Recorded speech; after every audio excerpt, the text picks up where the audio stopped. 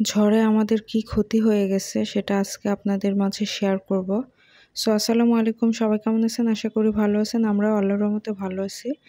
তো রাতের বেলাও অনেক ঝড় হয়েছিল। তারপর শুনছি যে অনেক ক্ষতি হয়ে গেছে। তারপর ভাবলাম যে একটু নিজে চোখে দেখে আসি কি হয়েছে।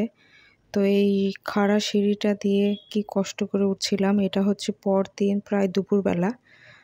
তো আমি ছাদে গিয়েছিলাম দেখতে যে কি হয়েছে আসলে। তো ছাদে উঠলাম, উঠে দেখেই তো মনটা অনেক খারাপ হয়ে গেল যে এত কিছু হয়ে গেছে যেটা কখনোই হয়নি আমাদের বাসায় এর আগে। তো এই যে ঘর, এটা কবুতরের ঘর ছিল, আমরা বানাইছিলাম।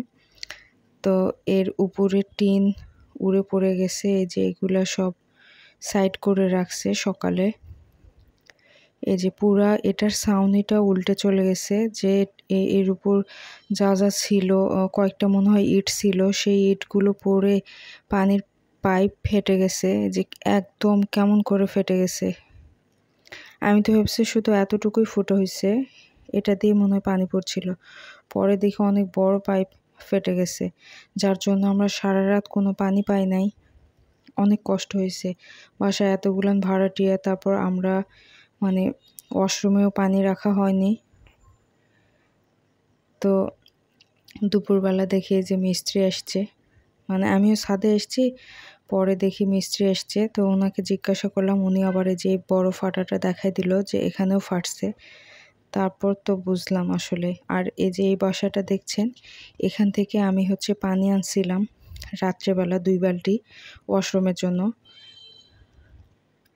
এই বাসায় গিয়ে ছোট ছোট 2 বালতি করে আমি পানি এনে ওয়াশরুমে রাখছিলাম। তো যে আমার শ্বশুরও আসছেন। আর কালকে রাতে এত ঝড় বৃষ্টি হয়েছে, আর আজকে দেখছেন কেমন রোদ। তো যাই হোক, সারা রাত অনেক কষ্ট গেছে সবার, সব ভাড়াটিয়াদের। পানির কষ্ট গেছে আসলে। এরকম বাসাবাড়িতে পানির কষ্ট দিনের বেলা হলে আমাদের বাসার নিচে সাপ্লাই পানির একটা লাইন আছে, তো ওইটা থেকে আনা যাইতো। কিন্তু রাত্রেবেলা সাপ্লাইয়ের পানি তো রাতে পাওয়া যায় না।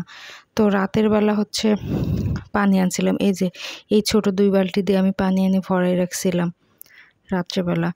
তো রাতের বেলা তো আর ওই পানি পাবো না, এজন্য এতে গেছিলাম, ওই বাসাতে গেছিলাম, গিয়ে 2 বালতি আমি পানি আনছি। আমি আর এক ভাড়াটিয়া ভাবি গেছিলাম। তো ওনাকে সঙ্গে করে নিয়ে গিয়ে পানি আনছিলাম।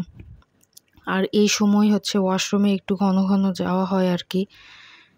এটা সব প্রেগনেন্ট আপুদেরই নাকি হয় আর কি।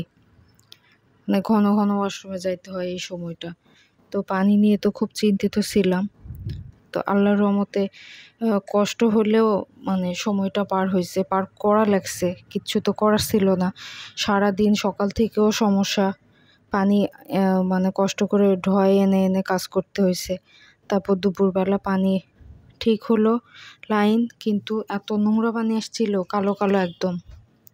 তো আল্লাহর রহমতে ঠিক হয়েছে।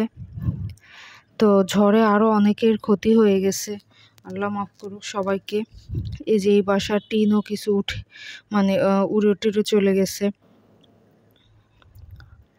আর আমাদের বাসারও এই যে টিন এগুলো আগে কখনো এরকম হয় নাই। তো এবারে প্রথম এরকম হয়েছে। আর এই যে ভিতরে একদম পানি জমে গেছে।